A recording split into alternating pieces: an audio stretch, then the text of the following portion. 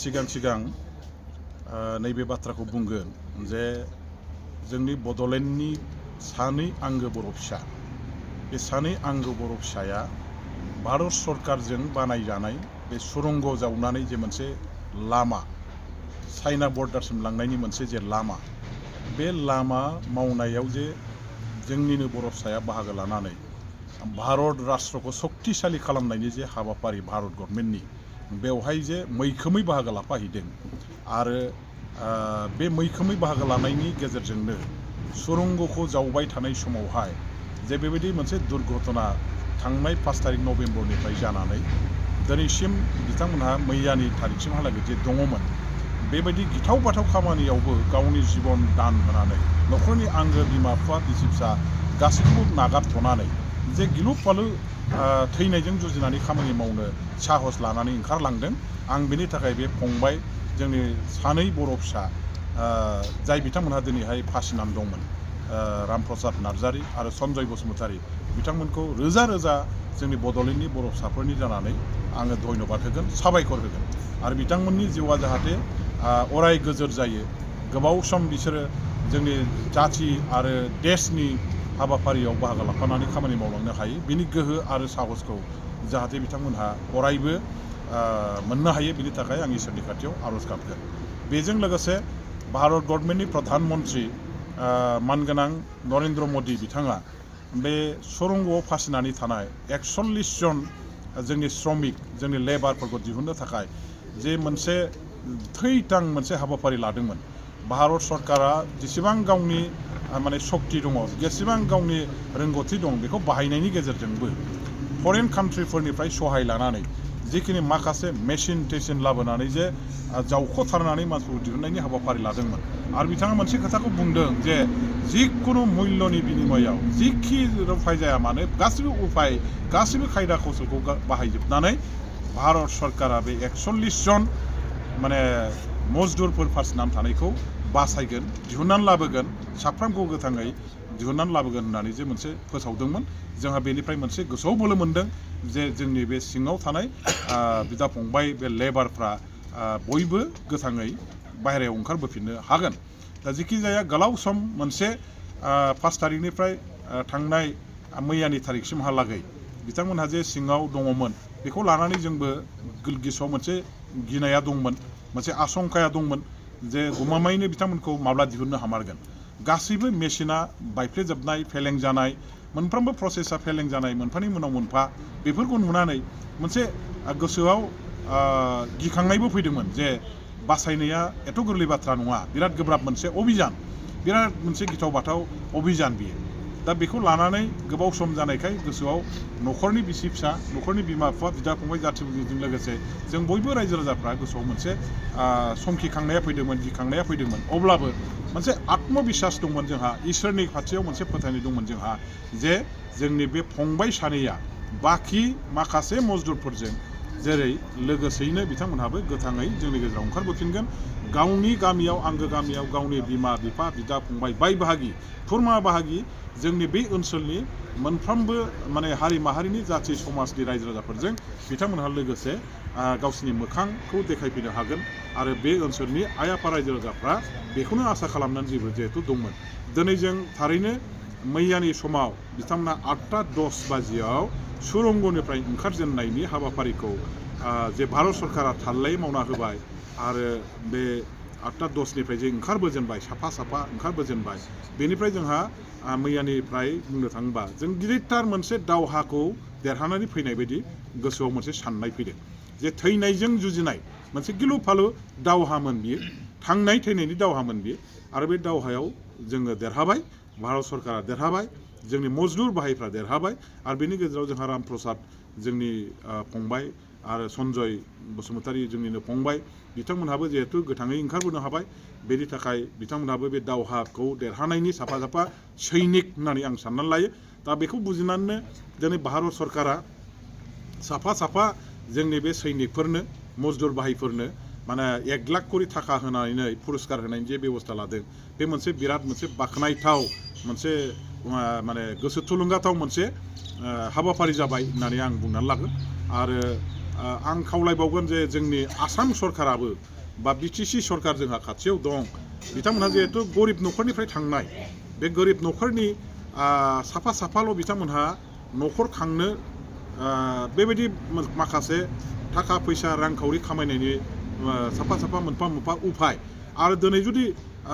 भगबाना दा खालामथों बिथांमोनहा जुदि नस्थ' जानायमोनब्ला बे परियालफ्रा दिनैहाय बेसेबां आलाय आथानि जागौमोन बिसोरनि न'खरनि बिसि फिसाफ्रा बेसेबां गोदाव सोराव जागौमोन बेसेबां खस्थ'आव फैगौमोन बेसेबां जालाय जाखाय जागौमोन बेखायनो बेबायदि मानसिफोरखौ जों दिनैहाय गोसोआव मोनसे बोलो होनांगौ आरो बिपद समाव जों बिथांमोननि न'खरनि बिसि फिसा बिथांमोनजों जोङो गसंफानांगोन आरो बेखायनो आङो आसाम गभर्नमेन्टखौबो बा जोंनि बिटिसि गभर्नमेन्टखौबो खावलायगोन बिथांमोननि न'खरखौ माने सरकारि भाबै माबा मोनसे बे न'खरखौ उत्साह होनाय बा जोंनि बड'लेण्ड ओनसोलल' नङा सारा आसामनिफ्राय थांनाय बेबायदि भारत सरकारा माने लानाय जे प्रजेक्टफ्राव भारत राष्ट्र गठननि जे प्रजेक्टफ्राव जे खामानि मावहैनाय जोंनि बिदा फंबायफोर दङ आसामनिफ्राय थांनानै बिथांमोननि न'खर आरो बिथांमोन बायदि मावहैग्राफोरखौ गोसोआव बोलो गोरा खालामनो थाखाय थुलुंगाखांहोनो थाखाय मोनसे पुरस्कार होनांगौनि दरकारा दङ होननानै आङो फिल खालामदों आरो बिथांमोनखौ बेबायदि पुरस्कार घोषणा खालामनायनि थाखायबो आङो खावलायदों आङो बे न'खरजों बे भुक्तभोगि मोननै न'खरजों जागायजेननायनिफ्रायनो डाइरेक्ट जगाजगाव दङ आङो थांनाय 26 तारिखआवबो बाहाय क'क्राझारनि डिसि साहबखौ लानानै 8:30 बाजियाव फुङाव नुजाफैदों आरो गासैबो न'खरनि मानसिफोरखौ बिथांमोननि गोसो बोलोआ जाहाथे नस्थ' जाया मोजां खबरखौ होनानै बिथांमोनखौ बुजायनानै साहस होदों आरो थाबैनो सानसे साननि गेजेरावनो ओंखारबोगोन बिथांमोना होननानैबो जों खोथा होलांदोंमोन गमामायैनो जों 26 तारिखआव फैदों दिनैहाय 29 तारिख जाबाय बे सानथामनि गेजेरावनो बिथांमोनहा गबोमारबायबो आरो बेनि थाखाय दिनै न'खरनि मानसिफ्रा बिसि फिसा बिमा बिफा बा जाथि बंस'फ्रा बिथांमोनहा सानफ्रोमबो इसोरखौ आर'ज गाबनानै खुलुमबाय थादों जे गावनि फिसाया गावनि फिसाया गावनि बिमाया माने मा होनो गावनि बिफाया गावनि बिदा फंबाया जाहाथे माने मोजाङै मोजां सुरंगनिफ्राय बारनबोफिननो हायो ओंखारबोफिननो हायो गोथाङै न'खरनि मानसिफोर जाहाथे फैनानै देखा जाफैफिननो गोरोबफैफिननो हायो बेनि थाखाय बिथांमोनहा इसोरखौ सिन्थिनानै आर'ज गाबदों आरो बे इसोराबो दिनै बयबो आइ आफा रायजो राजाफोरनि आर'ज गाबनायखौ खोनासंदों बिसि फिसा बिमा बिफानि दुखु दाहा मोदै हुगारनायखौ नुहुरदों आरो बे खारनावनो दिनै आशीर्बाद हिसाबै बे गासैबो 41 जन लेबार मावनाय जोंनि बे बिदा फंबायखौ गोथाङै माने रिकभार खालामनो जोङो सम्भब जादों बे आशीर्बाद इसोरनि अननाय दं आरो बिथांमोनहा रावनिबो अयनाय मावाखै देश बानायनो देशनि थाखाय खामानि मावदों ओनसोलनि थाखाय जोंनि आइ आफा रायजो राजाफोरनि गेजेरावबो दिनै मोनसे उत्साहित जगायदों बिथांमोनहा जे जों न'आव आलादिङायै खामानि गैयालासे थायालासेनो जोङो बाहेरायाव थांनानै बेबायदि माने माखासे प्रजेक्ट बानायनायफ्राव खामानिफ्राव थांनानै खामानि मावहैयोबा थाखा फैसा खामायनो हायो आरो न'खर संसार दैदेननाय दानायाव माने गावनि माबाखौ संसारखौ सालायनायाव जथेस्थ' जोङो उफाय हिसाबै बेखौ लानो हायो होननानै मोनसे माबा हिसाबै उदाहरन हिसाबै बिथांमोनहा जोंनि जायगानि साफा साफा व्यक्ति आं बिथांमोनखौ धन्यबाद होगोन आरो फैखांनायनि उनावबो बिथांमोनहा आरोबाव गावसोरनि गोसो गावसोरनि देहा गासैखौबो थिग खालामनानै माने बेबायदिनो माखासे थांनानै थानायनि लामाखौ जाहाथे लाफिनो बेखौ आङो माने खावलायगोन आरो आङो धन्यबाद होगोन बिथांमोनहा दिनैहाय 17-18 दिन सिङाव थानानैबो जेबो जे बिथांमोननि गोसोआ बायाखै बिराद खटखटिया मोनसे गोसोनि बोलो बिथांमोनहा जे लानानै सिङाव दङमोन एफा गोबाव सम मामुलि खोथा नङा बियो सिङाव सारा पृथिबिनिफ्राय गोजानाव थानानै गिथाव बाथाव सेकेन्ड मिनिट मोनफ्रोमबो मिनिटआ बिथांमोननि थाखाय गिथाव बाथावनि बादै बाव रंजानायनि जेबो जिनिस गैयामोन बेबायदि हालोदावबो बिथांमोनहा जे दिनै साफ्रोमबो बिराद गोरा गोसो हमथानानै लानानै जे थांनानै जुजिदों बिपदजों देरहासार जानांगौनि थाखाय खैफोदनिफ्राय बारग'नो थाखाय बेनि थाखाय बिथांमोननि मन'बलखौ जों धन्यबाद होनांगोन दिनै भारत गभर्नमेन्टआ बिथांमोनखौ चेकआप खालामदों ट्रिटमेन्ट होगासिनो दं हस्पिटालाव होनानै हयथ' सानसे गेजेराव रिलिज खालामगोन आरो जों दासिम खोनानायाव बिथांमोननि देहायाव जेबो बेमार आजार गैया बेखौ जों मिथिदों अब्लाबो परीक्षा निरीक्षा खालामनाय बे खामानिया जागासिनो दं जेला बिथांमोननि साफ्रोमबोनि देहाया माबा जागोन गोग्गो जागोन हगारजानाय अबस्था जायोबा हस्पिटालनिफ्राय भारत गभर्नमेन्टआ हगारनानै जाय जेरै फैनो गोसो सोरबा ट्रेनजों फैनो गोसोबा ट्रेन टिकेट सोरबा एर'प्लेनजों फैनो गोसोबा एर'प्लेननि टिकेटखौ भारत गभर्नमेन्ट बा आसाम गभर्नमेन्टआ कमप्लिटलि बानजोबनानै न'सिम गावसोरनो माने दोनफैनायनि बाथ्राखौबो माने आसाम गभर्नमेन्ट बा भारत गभर्नमेन्टआ दिनैहाय खोथा होदों बेनि थाखायनो आं दहाय फुङावबो जोंनिनो बे सन्जय बसुमतारीनि बिदा जाय बिथाङाबो सुरंगनि खामानियाव दंबाय थायो दिनैसिम बे बिपदखौ बिथाङा खाथिनिफ्राय नुबाय थादों नोजोर होबाय थादों आरो बिथाङानो जोंनो फुं बेलासि सामफ्रामबो खोन्थाहरबाय थादों जों बिथांजों खबर लाबाय थादों सामफ्रामबो दा बेबायदि माने हालतआव जाय क्लसलि अबजार्भ खालामनाय सन्जयनि बिदा रकेट बिथांजों आं दहाय फुङावबो रायलायदों आरो बिथाङा बुंदों जों गासैबो बिदा फंबाय ज' जों बेवहाय जेसेबां दं माने नैबे माबाफोर सानैखौ रामप्रसाद नार्जारी आरो सन्जय बसुमतारीखौ हस्पिटालनिफ्राय रिलिज खालामनाय लोगो लोगो जों थांनायनि बाथ्राखौ खोन्थाहरगोन आरो आं बेखौ बुंदों जे नोंसोर डाइरेक्ट डिसिनो खोन्थाहरनोबो हागोन नङाबा आंनोबो खोन्थाहरनो हागोन होमबा लोगो लोगो जों आसाम गभर्नमेन्टनो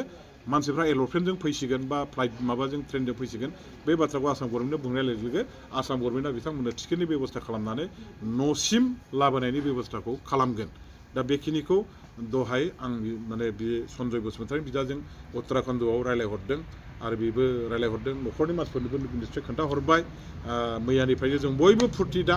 बिराद जों बयबो फुरथि जों बयबो गोजोनबाय आरो जोंनि गोसोआव खुनु गिनाय खुनु बेबायदि मोनसे आफस'सबो गैला जोंनि बिदा फंबायखौ जोंनि गेजेराव मोनबाय आरो बेनो जोंनि देरसिन जोंनि देरहासारनाय आरो बेयो एकमात्र दिनै भारत सरकारनि नाजानाय उत्तराखन्ड सरकारनि नाजानाय आरो जोंनि सिङाव फासिनानै थानाय 41 जन जोंनि बिदा फंबायफोरनि गोसोनि बोलो देहानि बोलोनि थाखाय जाफुंसारनाय मोनसे अभियान होननानै आं बुंनो सानो। मा गोजोननाय फोरमायगोन? गोजोनदों आंनि गोसोआ बिराद गोजोनदों दिनै इसोरनि अननायाव दिनै आंनि फिसाया मोजां गुदुं सिंनिफ्राय बारनबोनो हाबाय दिनै सरकारनि दायथ' लानायाव दिनै मोजाङै मोजांनो सफैबाय दा आंनि फिसाया उत्तराखन्ड जायगानि हस्पिटालाव दङ एसे ट्रिटमेन्ट लादों मोजां गाज्रि दा ट्रिटमेन्ट लाखांनायनि उनाव आंनि फिसाया न'फारसे फैसिगोन